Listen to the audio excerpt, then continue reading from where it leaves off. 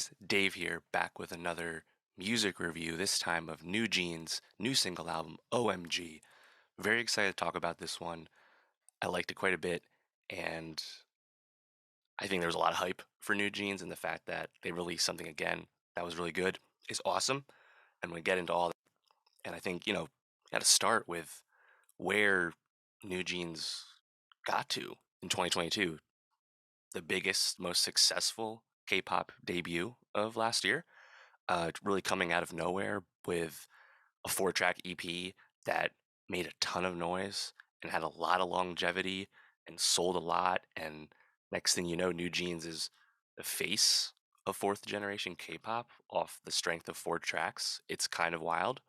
And I, like many people, had a lot of anticipation for what would be next for this group, given how big their 2022 was. And obviously, Ador, their label, did not waste any time with getting new music out there, and I think that's great. And obviously, we'll be hotly anticipating the next release from them and the full length debut album that we hope is soon. But yeah, New Jeans, with that debut EP, Attention and Hype Boy most specifically became gigantic tracks. And I think what really stood out about those tracks was that they got a lot of love from their peers, New Jeans peers in the K-pop industry. You would see, you know, veterans covering their songs and doing the choreography and stuff. I think that just really speaks to how much love and respect there was for these tracks. And look at the numbers for Attention and Hype Boy, both over 100 million in Spotify, which goes to show you how successful those songs were in the West, and of course they were huge in Asia as well. Um, Wondering what would be next from them and how long that would be.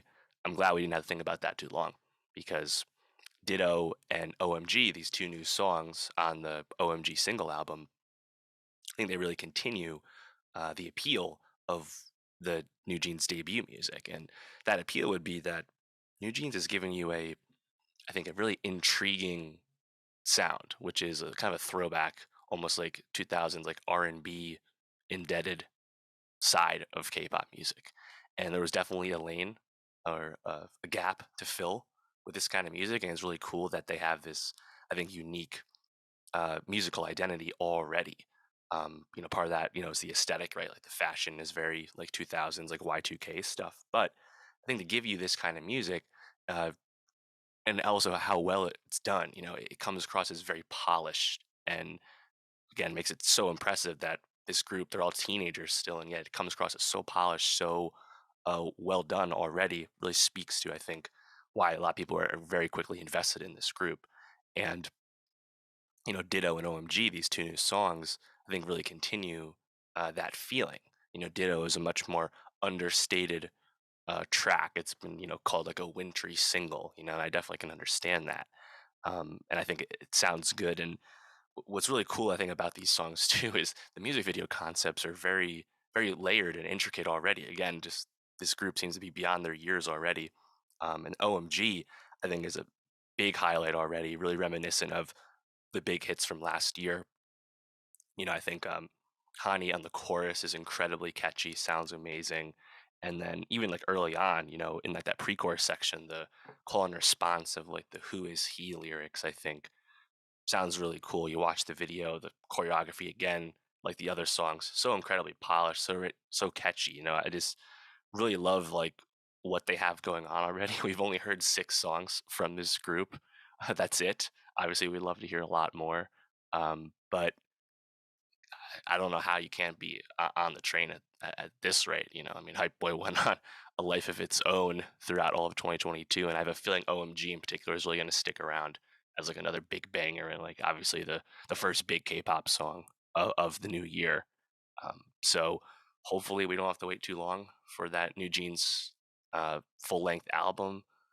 I think sonically they're just very intriguing because they seem to be doing stuff that most of their peers aren't doing in terms of the genre choices, and then just the overall quality of the music and the polish that these members have, both in performance and just in song construction. I mean, they're already writing, in the co-writing process for their music. Again, pretty uncommon for K-pop rookies. That's another great sign. So hopefully we get the debut album soon, and I'll definitely be talking about it as soon as it comes up. So if you love New Jeans, let me know what you thought of OMG in the comments below. What's up? Welcome back to Nostalgia. Dave here with another review, this time of the musical biopic film Whitney Houston, I Want to Dance with Somebody. And let me tell you, this was a massive disappointment.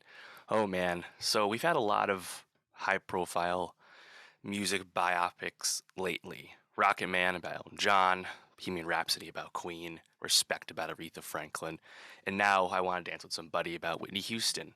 Whitney Houston, once again, another great candidate for a musical biopic film. And this is the first one of these attempts about showing Whitney's life with the blessing of the Whitney Houston estate. So I think there's a lot of eyeballs on this movie. You cast Naomi Ackie, a rising talent, to play Whitney Houston. You decide, I think, correctly to have Ackie lip sync as opposed to trying to sing, because much like Rami Malek trying to do Freddie Mercury vocals, I think sometimes it's almost better to just let people hear the actual song when the voice was that strong. I'm sure some people would disagree about that, but I don't think that was the problem. The issue with this film is that it is just so uninspired. It's the classic Wikipedia biopic. Let's just go from A to Z. These are the things that happened to Whitney Houston from the start to the end. That's it. And because we're trying to tell the entirety of Whitney Houston's life story in the span of 2 hours and change, there's no time to sit with anything. And thus, it's all surface level. And it's just really disappointing because obviously, Whitney, as an iconic artist, one of the best-selling artists of all time, deserves something a little better than what this movie ended up being, and it's just a disappointment to me. I think Aki, to her credit, was as good as she could be, but again, the script doesn't really do her any favors. I think the strongest parts of the movie are the musical sequences, perhaps unsurprisingly, but like seeing the music video for "I Want to Know" or "It's Not Right but It's Okay," those are really fun sequences. Seeing Whitney perform at the Super Bowl, uh, and some other stuff later in her life as well. Those are good moments in the film, but man, it's just we just really just run through so much stuff. And I think if this movie had really any point of view at all and committed to any direction, it would just been a much stronger film because there's so much right material no matter which way you would have taken that, right? You have Ashton Sanders playing Bobby Brown, Sanders of Moonlight fame, and yet we only see a very one-note performance from Sanders. We only see Bobby Brown as the bad boy. We don't see the other side of Bobby Brown, which was the fact that Whitney Houston was in a relationship with him for several years, and they had good times as well. Not that there's anything wrong with portraying Brown as a bad influence on Whitney Houston. I think everyone would agree about that. But like, we really just only jump in and check in on that relationship when it's a negative, right? Also, there's lots of nods to, did Whitney Houston sell out to white America to become a pop superstar? Is she making music for the black community? Is Whitney Houston black enough? That kind of stuff, right? You even have Stanley Tucci as Clive Davis, the record exec, suggesting that if Whitney wants to switch up her sound, L.A. Reid and Babyface are cooking it up right now. We could work with them. Guess what? She does work with them. But the movie doesn't tell you about that. Like, Whitney's opinion on almost anything that like comes up is like barely expressed in the movie. It's so frustrating. And I just wish there was really anything cool about this, right? Like at least Rocket Man, which probably is a bit more polarizing overall. I liked Rocket Man a lot. I thought Rocket Man was cool because it was inspired visually and had these like dream sequences and was a bit abstract, right? That was really fun.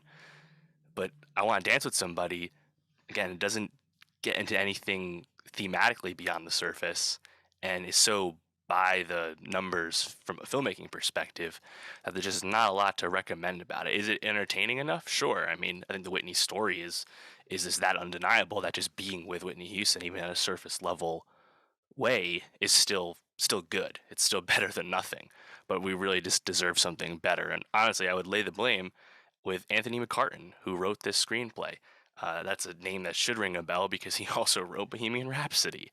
And not that he hasn't had success with other movies, but I think we need to keep musical biopics away from this guy because he's just not doing enough to, to elevate these films, and it's really a big distraction. So yeah, I'd say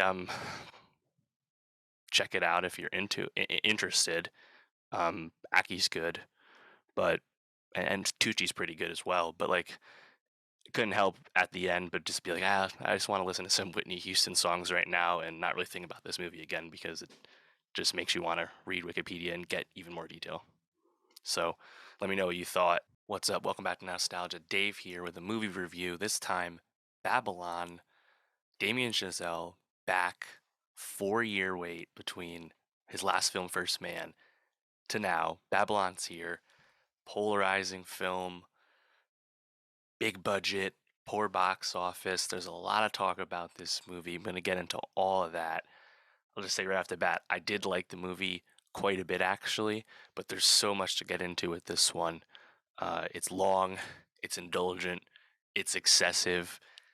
There are gross out moments, there are unsettling moments. Definitely not a movie for everybody, but I really enjoyed the movie despite its faults. It definitely has faults, but I quite enjoyed it a lot. Um, Obviously, I had a lot of hype for this going in because I think Damien Chazelle's run to this point speaks for itself. Whiplash, La La Land, First Man, really strong start to a career. Obviously, he was the youngest Best Director winner years back with La La Land. And when you have a movie starring Margot Robbie and Brad Pitt, two of the last movie stars, at least they have the star qualities we ascribe to movie stars, even if the box office doesn't follow these days with adult movies usually.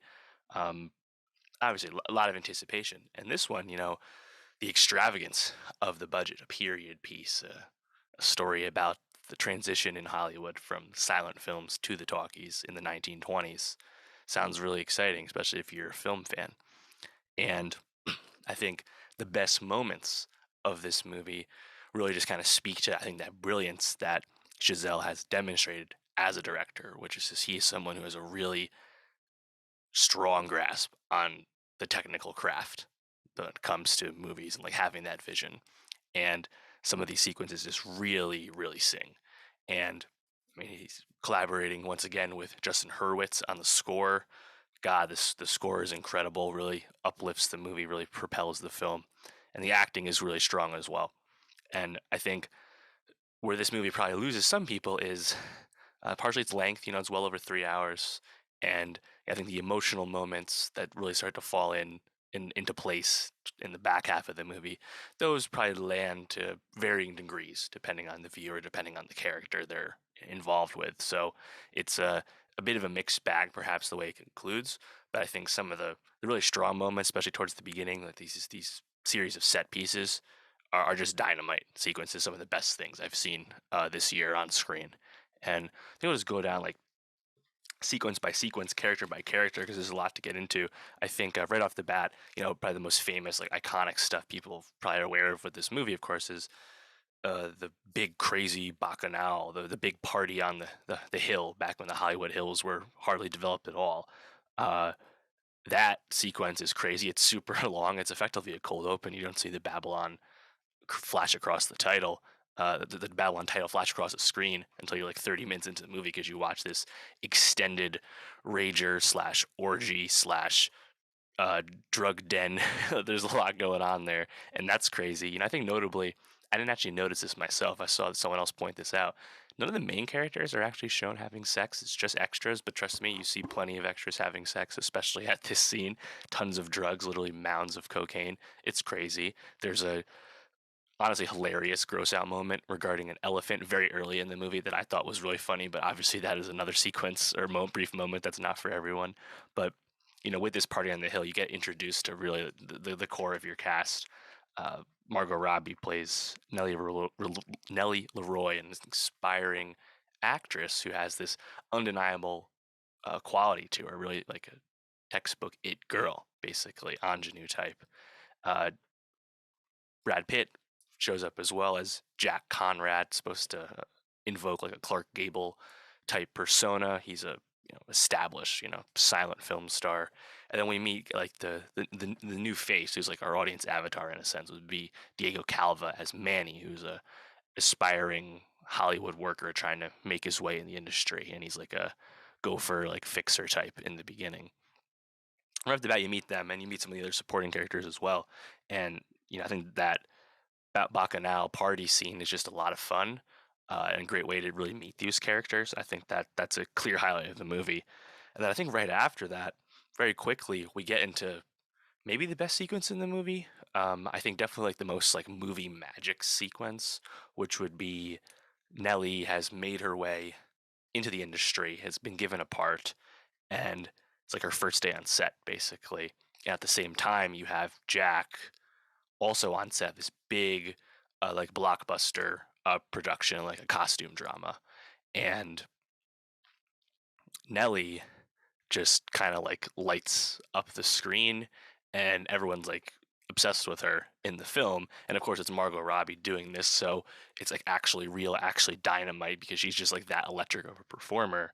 And this sequence is intersplicing between the moments of Nelly literally like turning off her ability to cry and just like being this amazing actor and everyone being obsessed with this newfound talent, intersplicing that with Manny's like quest to get a new replacement camera so that they can film the last sequence they need for Jack's movie before the sun sets and they lose the shot. In that sequence, you have Spike Jonze kind of cameoing as this like German director directing Jack's movie. You have these hilarious moments with all these extras that are like like soldiers in the film, and they're extras played by people from Skid Row in Los Angeles, and they're wanting to strike and revolt, as pro labor people would, and Manny has to basically like stomp that out in like a really funny fashion, and it just kind of like really like comes together and like is a really magical, really fun sequence. And at that point, I was like, the movie's like really ripping, and I'm like really loving it, and I think the movie starts to get longer, right? Like there perhaps there's some predictable beats, right? It's very much a rise and fall type thing, or in the case of Jack falling from the top.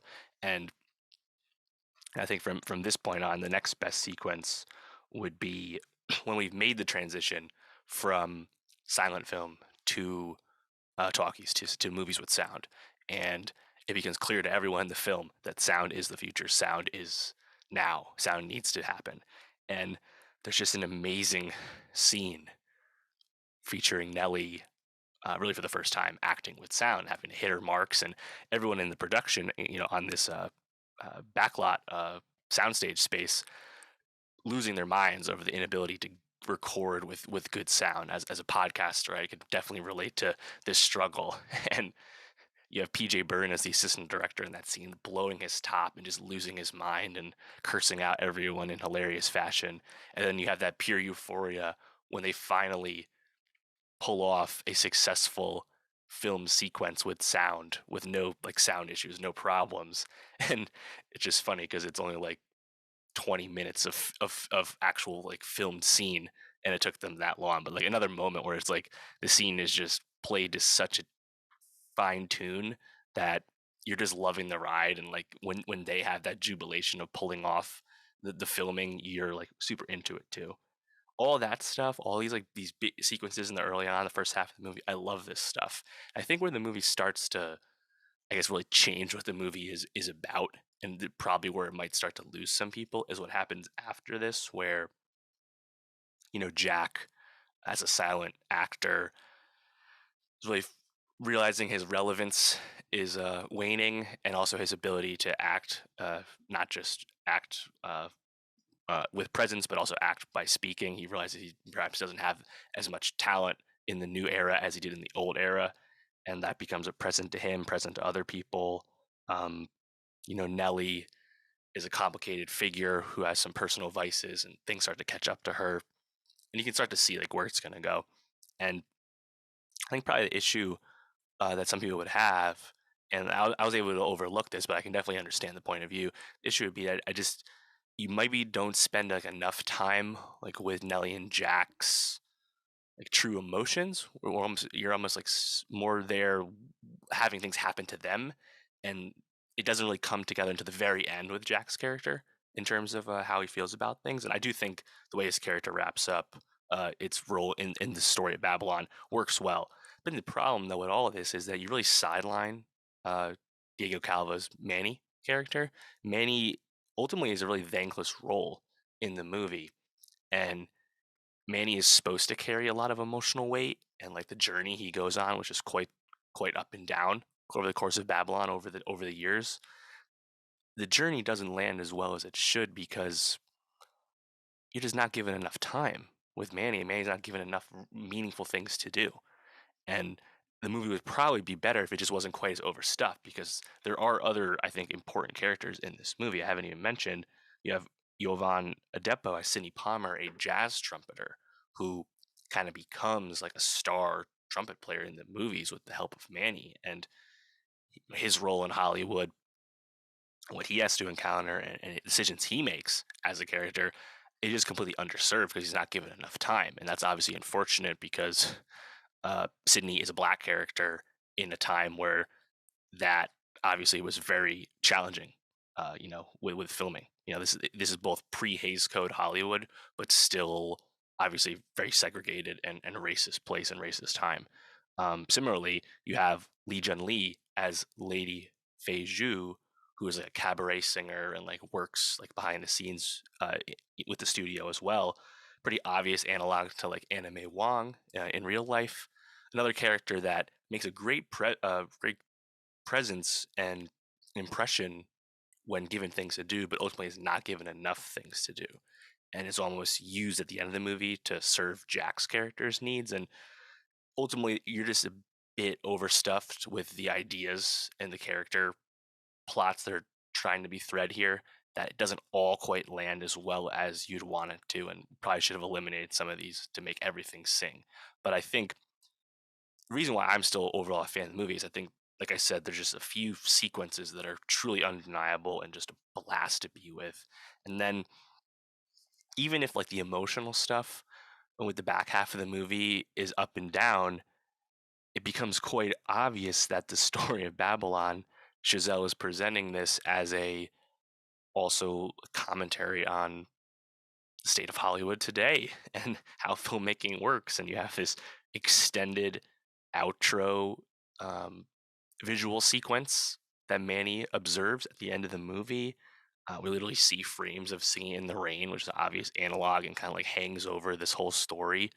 Like all that stuff, I really responded to. I think like the meta nature of like Damien Chazelle perhaps making the last expensive adult movie he would ever have the chance to make, as these movies seem increasingly difficult to pull off financially in today's climate, as adult films continue to struggle at the box office, and the streaming money is definitely drying up to a certain degree. Thinking about all that, like, oh, this is like Damien Giselle really went for it at the end here. 80 million budget, period drama, doesn't really play to general audiences, and he said, "Fuck it."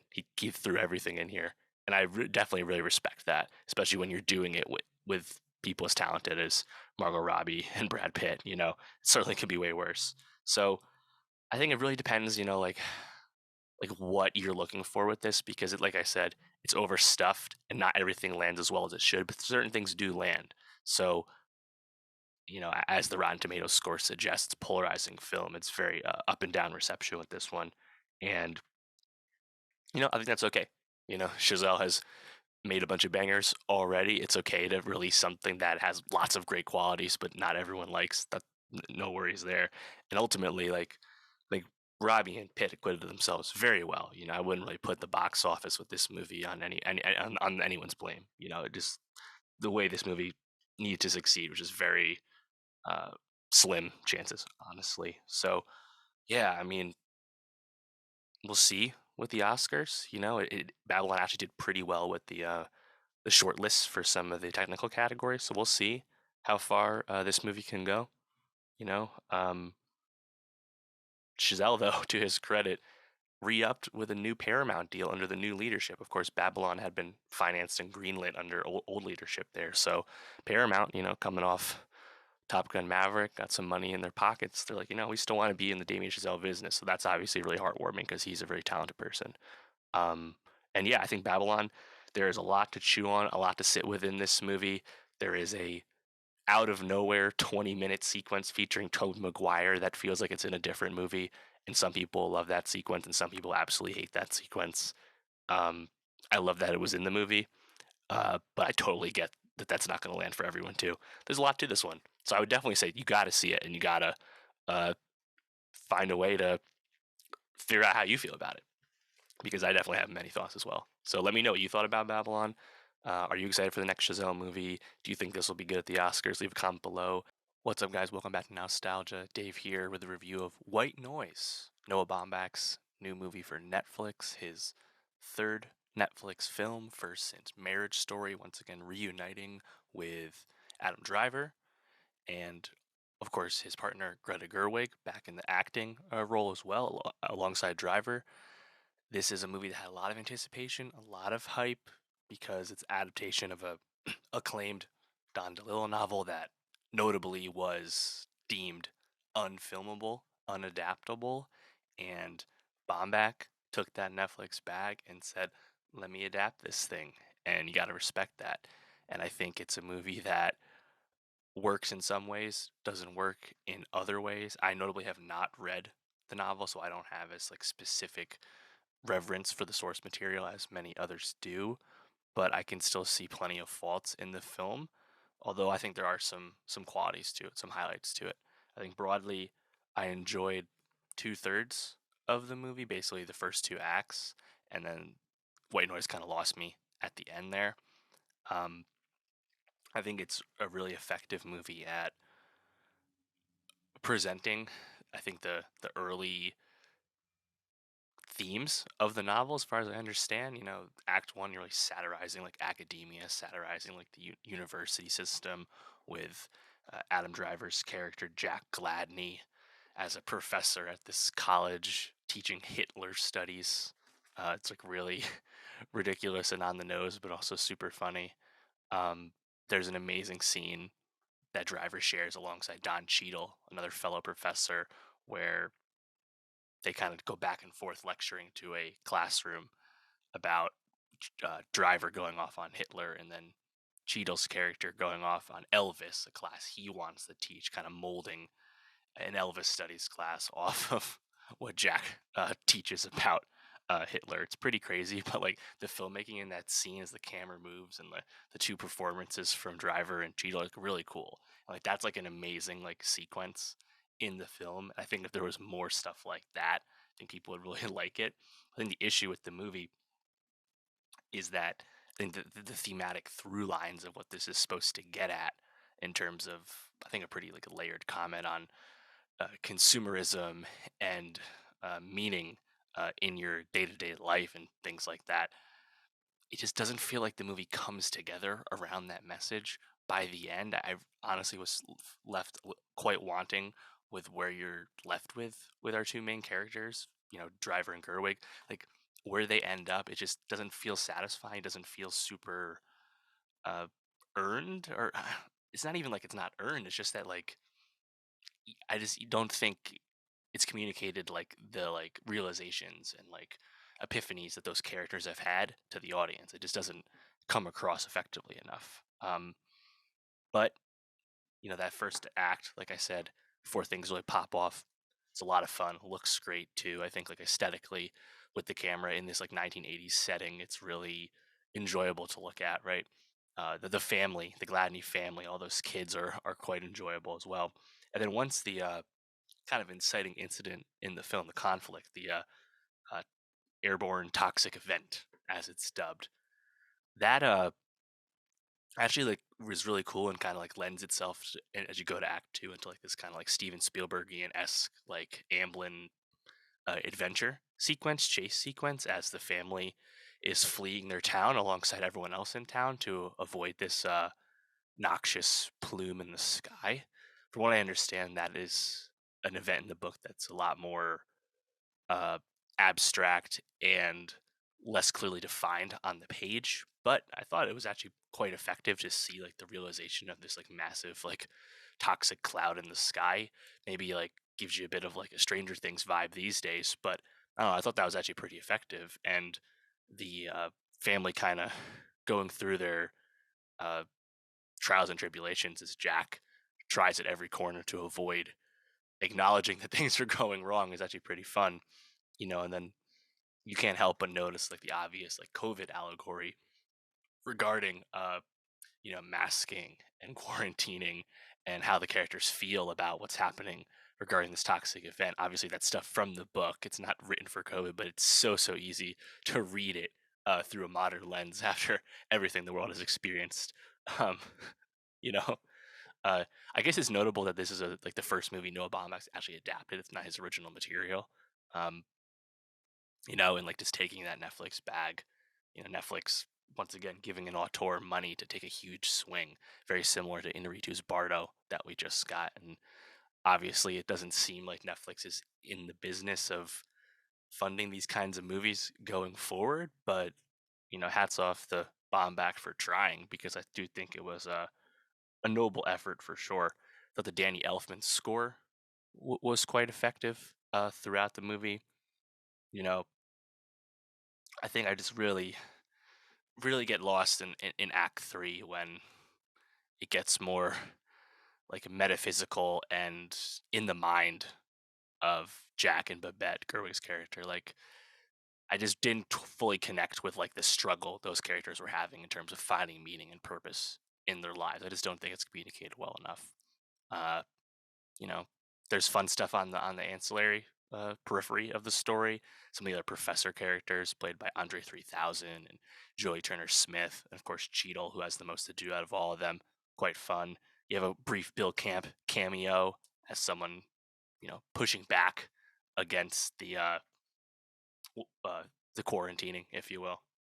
Like all that's fun. I just don't think the ending, especially once we get to this this sequence in the hotel, this sequence in a nun hospital type setting clinic, all of that just really kind of fades away to me. And it just feels so different from the start of the movie, right? And I think ultimately that's why this movie has been quite polarizingly received, is that it feels like a lot of disparate parts.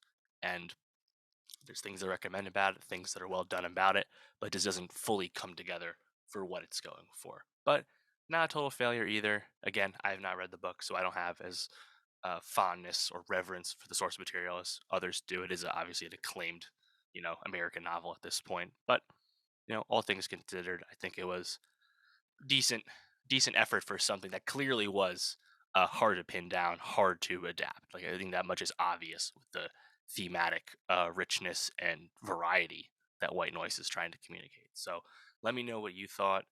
Have you read the novel? Did you think it sucked? Did you love it? Probably somewhere in between. Let me know. What's up, guys? Welcome back to Nostalgia. Dave here with a review of The Whale, the new Darren Aronofsky movie starring Brendan Fraser. Man, it's been a while since Aronofsky has been in our lives. Mother was, 2017, been a minute.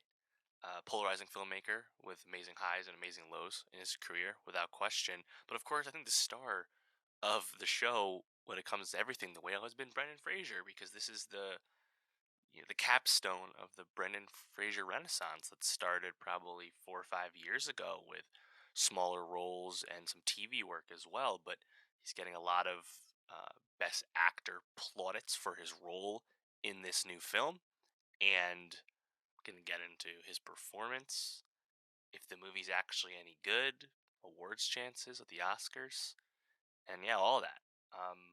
Yeah, so The Whale's been kind of rolling out limited release, and I think it's on its face a super flawed movie with some great performances in it. So I think it's worth a watch to see the performances, but the movie really doesn't land in the emotional way it's hoping to. And I think, it's I don't want to call it like a huge miss though. Like it's a bit of a swing, I guess, from Aronofsky, because ultimately he is just adapting the Samuel D. Hunter stage play Hunter reworked the screenplay for the film, and the movie very much comes across as a staged adaptation. You're largely doing everything and seeing everything in the confines of Fraser's character Charlie's apartment. We're really only in this apartment, and really the apartment's living room more often than not.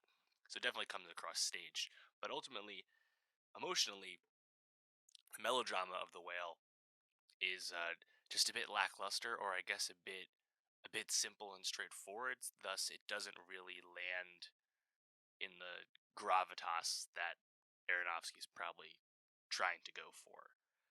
Charlie is a morbidly obese person, and it's a movie that makes that painstakingly clear at almost all aspects of the storytelling, because the movie is almost shot and staged in a like body horror esque way, where Charlie is presented via various angles and just the way like the camera fixates on him, that you're really sitting there and being sad, taking pity on this person who has, through extreme grief, uh, binge ate his way to really the end of his life. We're at a stage where Charlie's health is declining due to his just massive weight, and there's been a lot of talk and controversy around Brendan Fraser wearing a fat suit and being under heavy prosthetic to portray this character, and whether this movie's portrayal of obese people is kind,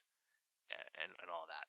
There's been a lot of good writing about that topic, and I definitely thought it was a bit challenging at times to sit with that, because the film doesn't shy away from the faults of Charlie as a character, but also points out that he's a very positive person in terms of how he interacts with other people, other characters he meets over the course of the film. But you can't help but feel like the movie's point of view on Charlie is at least a little bit negative. Hard to say. I think that's probably up for interpretation. Leave a comment. Let me know how you felt about how that went. Thankfully, The Whale is largely saved, at least best as it can be, due to all these performances. I think Fraser, despite we talk about this a lot with awards movies, whether it's someone portraying a real life person with a lot of prosthetics, whatever it is, prosthetics perhaps a bit of cheating when it comes to awards plaudits. That being said, I think Fraser is really good. He really comes across uh, in an emotional manner, and I think the faults of the emotional beats in the film is really more screenplay based than anything to do with the performances.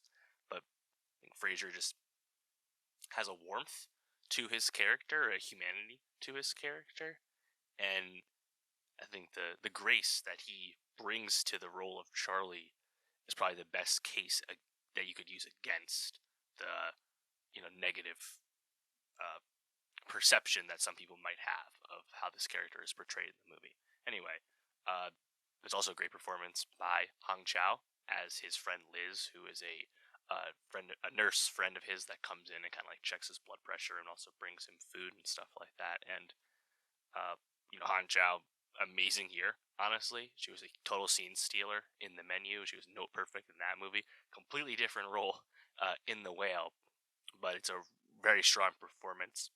You could easily see it as a supporting actress nomination. It was that good, and there's a key emotional moment that she like really nails, and it's actually I think one of the most poignant moments in the whole movie. You also have Charlie's daughter Ellie, played by Sadie Sink of Stranger Things fame, and I think Sadie is all right in this movie. It's a bit of a one-note performance and feels a bit familiar to the stuff you expect from her on Stranger Things. So maybe the Sadie Sink range as an actor is still yet to be determined. She's still quite young, obviously. We'll see. But I think she's good enough as Ellie. This rebellious, also resentful teenage character. It's all right. There's also a missionary, a young teenage missionary figure that continues to visit Charlie and tries to save his soul. I think that's kind of like where I kind of brush up against a lot of the stuff with this movie. Is I think just the melodrama between Charlie being an absent father and this missionary figure who's trying to save him, and there's some like sexuality brought into this. Charlie as a gay man revealed right away in the film, I just don't know if there's anything like beyond the surface with any of that over the course of The Whale. So I did find the ending a bit frustrating. It's a bit abrupt for my taste. Uh, but yeah, I think it's worth the price of admission for the acting. And if Fraser was to win for Best Actor, he's probably him versus Colin Farrell and Banshees of Inisherin right now. I think it's a just win, and I mean part of that's like the narrative is so good. Obviously, Fraser having this long road after what he went through, this long road back to Hollywood, and this feels like kind of like the reaching the mountaintop with a truly celebrated performance. And if that wins Best Actor, I think that's a good a reason as any to win it. So we'll see about that. He's a lock to be nominated for sure. We'll see about if Chow gets in as well. But yeah, let me know what you thought of The Whale. Did you think The Whale worked for you? Was it just an acting showcase for you only? Leave a comment below. What's up, guys? Welcome back to Nostalgia. Dave here talking 2023 TV shows. The most anticipated shows of the year. There's a lot of them. We just had an amazing TV year in 2022. A lot of big high profile shows, big surprises, shows people loved. And I think 2023 is going to be really good as well. I'm going to get into all those shows that I'm really excited about, both returning series as well as brand new stuff, franchise IP stuff, original stuff, more adult stuff, quite the range. A lot's been made about the economic downturn affecting the streamers and the studios and the entertainment industry. There is going to be a slowdown in content spending, but I don't think we're going to feel those effects on the TV front in 2024. There will be a slowdown in terms of just the amount of shows made. You're seeing shows at Warner Bros. Discovery specifically being unrenewed, being canceled after being renewed. Right, a lot of news about that, but there's just so much stuff still in the pike being made or in the process of being made or being written that we're going to still have tons of stuff to be excited about in 2023. And maybe in the future, we will start to really notice that the peak of peak TV has happened. But we're not going to feel that just yet. That being said, before I get into all the stuff I'm excited about in 2023, I think it's really important to note there are several high profile shows that will not be back in 2023. Shows people loved from the past year, a lot of big high profile stuff. And let's run through them real quick. Euphoria, Industry, Andor, Lord of the Rings of Power, House of the Dragon, Stranger Things, The Boys, The White Lotus, Squid Game, Black Mirror, as well as Dune the Sisterhood, which is a brand new series. None of those shows are coming out in 2023. They're all either not in production yet, don't have an announced production date yet, or some of them are in production or going into soon, but have really long, post productions due to the length of, CGI creation and whatnot. So we're not going to get any of those shows. And people love those shows, myself included. I'll be very excited to get probably almost all those shows in 2024, which would be very exciting. That being said, what we are getting this year will be just fine. We got a lot of good stuff. And I think you have to start on the returning series front with the best show of 2021, Succession, back for season 4 in the spring. HBO has already confirmed. Obviously, we can't wait for that. But there's a lot of, I think, big stuff coming out this year that we've seen before. Obviously, The Mandalorian, March 1st, Loki, soon after. Disney has 2, I think, big hitters there. Star Wars Vision Season 2, probably less remarked upon, but also IP, right?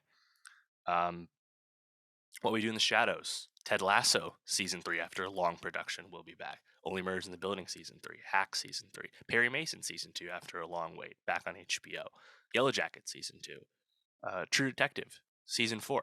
A lot of big stuff there. HBO dominating as usual. Severance Season 2, Barry Season 4, Tokyo Vice Season 2 probably. Not positive about that one. It is in production. Winning Time Season 2 on HBO. The final season of Marvel's Mrs. Maisel Season 5 on Amazon. I think a lot of big stuff, a lot of shows that people have at least loved in the past, right? We get a lot of attention out of all that. The Bear, probably the biggest out of nowhere surprise of 2022, was made in 2022 and put out, right? It's a lot, it's just slower, quicker post production than obviously a big IP show. So there's a chance that The Bear will come out next year. It's going into production in February for season 2, so we'll cross our fingers on that one. Also, Fargo will be back for season 5, but That's in production through the end of April, so I don't think that's a lock. I guess in theory that could go through posts and come out in the fall. We'll see if that happens at FX. I'm not sure. Similarly, For All Mankind season 4 has been in production, I think, since the tail half of last year. But there's some effects on that Apple series, so we'll see. But I think that's a lot of like big, high-profile series stuff people like. So that's all pretty exciting. Um, in terms of new series, obviously on the IP front, everything is like kind of familiar, right? Like Ahsoka is new, but it's Mandalorian spin-off series. Still very excited about that. The continuation of the Star Wars Rebels story, we assume. On the MCU front, obviously Loki is coming back for season 2, but other than that, there's a bunch of brand new quote unquote new series or limited series from Marvel. Secret Invasion, Ironheart, Echo, and Agatha, Coven of Chaos. I'm not really super excited about any of those series per se. I guess Secret Invasion could be fun. Ironheart, I have an open mind about it. I like Dominic Thorne's performance in Wakanda Forever. Loki's obviously the heavy hitter there. We'll wait and see. I think there's a bit of Marvel fatigue setting in on the TV front, given the very up and down quality of those series to this point. So we'll see how that goes when those shows come out. Um, I think more exciting than any of the Marvel shows would be the Boys spinoff on Amazon, The Boys Diabolical. This is the Boys spin-off series about superheroes going to superhero college, which sounds like an amazing setting for the world of The Boys. Can't wait for that. Also, technically a new series coming out very soon on HBO will be The Last of Us, which is a brand new series, but of course an adaptation of the famous PlayStation video game series. And I think just the pedigree that we're going to see from The Last of Us being created and show ran by Craig Mazin, coming off Chernobyl, and starring Pedro Pascal and Bella Ramsey. Just very exciting. The trailer looks very strong. Can't wait for that. Um, Other new series that we're getting that's not really IP, but a lot of these are adaptations. You have, I think, very excitingly on FX on Hulu, a show I've been looking forward to for a long time. It's been announced a few years back at this point, which would be the adaptation limited series of Shogun, the 1975 James Clavell novel. That's starring Cosmo Jarvis, Hiroki Sanada, and Anna Sawai. And that, from everything I know about that show, it sounds uh, really exciting. As a period show. Um, FX has such an amazing track record that you have to believe in their ambition when it comes to tackling something so big like that. So really can't wait for that one. We don't have a date on that just yet. We do have a date though, end of January for Poker Face, a Peacock comedy series created by Ryan Johnson, starring Natasha Lyonne, which is a case of the week mystery comedy drama series. Looks like it's going to have lots of cameos, one episode appearances from big name actors. Obviously, I think everyone's on the Ryan Johnson train at this point with how Knives Out has been going, and Tasha Lyonne has been on a big heater as well with the 2 seasons of Russian Doll. So very excited about this one. Also, we don't really know too much about it, but Mrs. Davis is a new series for Peacock as well, starring Betty Gilpin, and is coming from Damon Lindelof, one of the greatest TV creators of all time. NBD, huge get for Peacock. Very excited to see that. Obviously, uh, we also have for HBO in association with A24, The Sympathizer, which is a adaptation of a novel as well from Park Chan Wook, coming off Decision to Leave, his last film from last year. Vietnam War period series starring Robbie Downey Jr. and Sandra Oh, NBD. And it'd be nice to see RDJ back working again. Also for HBO Max, we have Full Circle, which is a new series from Steven Soderbergh with uh, Zazie Beetz and uh, Claire Danes, among others. Very excited about that one. Um, you know, Soderbergh, he's working. He's been working for HBO for a few years now at this point. Anything he makes, you got to watch. People know that at this point. Something we've known about for quite some time, coming out sometime in March, we don't have the date yet, is The White House Plumbers, which is a limited series on HBO about Watergate with Justin Theroux. Sounds awesome. And the trailer looks good. Also at HBO, no date yet, would be Sam Levinson's new series, The Idol, starring The Weeknd and Lily Rose Depp. We don't get Euphoria this year, but Levinson did make a whole other show. Trailer looks pretty interesting. You have Jenny Kim from Blackpink in a supporting role. Definitely excited about that. I think the Levinson brand, perhaps polarizing, but definitely interesting and worth checking out. Can't wait for the Idol. Um, I guess a pseudo sequel series for Apple, coming sometime this year, is Masters of the Air, which is the Band of Brothers, the Pacific, like third follow up in that entry of World War II series. This time, as the name might suggest, about pilots in the Air Force. So that sounds pretty exciting. That'll be awesome. And that's notably on Apple this time around, not on HBO. Um, Also on Apple, we have Godzilla and the Titans, a legendary MonsterVerse going to the small screen. Um, Apple dropping the bag. That's definitely an expensive show, but could perhaps get up there as one of the biggest and most well liked IP series of the year because the legendary MonsterVerse has been going strong, and Godzilla versus Kong was a big hit back in 2020, or 2021. Sorry. Three Body Problem on Netflix definitely will get a lot of eyes. I don't know how good it'll be, but high profile adaptation from none other than Benioff and Weiss, their first series, their first work on their Netflix deal, their first big thing together after Game of Thrones. Obviously, a lot of people will be curious how that one goes. That is a series that recently also got adapted for Tencent over in China, so I'll be curious how people who have seen both feel about each series. Netflix is also giving us Avatar: The Last Airbender, the live action adaptation, which we've known about for some time. I think everyone's kind of waiting with bated breath for that because obviously their Cowboy Bebop uh, adaptation, live action, didn't go too well. Neither has really any of their other anime movies they've done live action. And also because, Avatar Studios over at Paramount is making more sequel series and movies regarding Avatar: The Last Airbender and Legend of Korra. Those are coming. So unless this live action series is like really well liked and done really well, I have a feeling it'll be rejected by the fervent Last Airbender fan base that we know is out there. So kind of waiting with bated breath for that one. We'll see. I'm not too sure.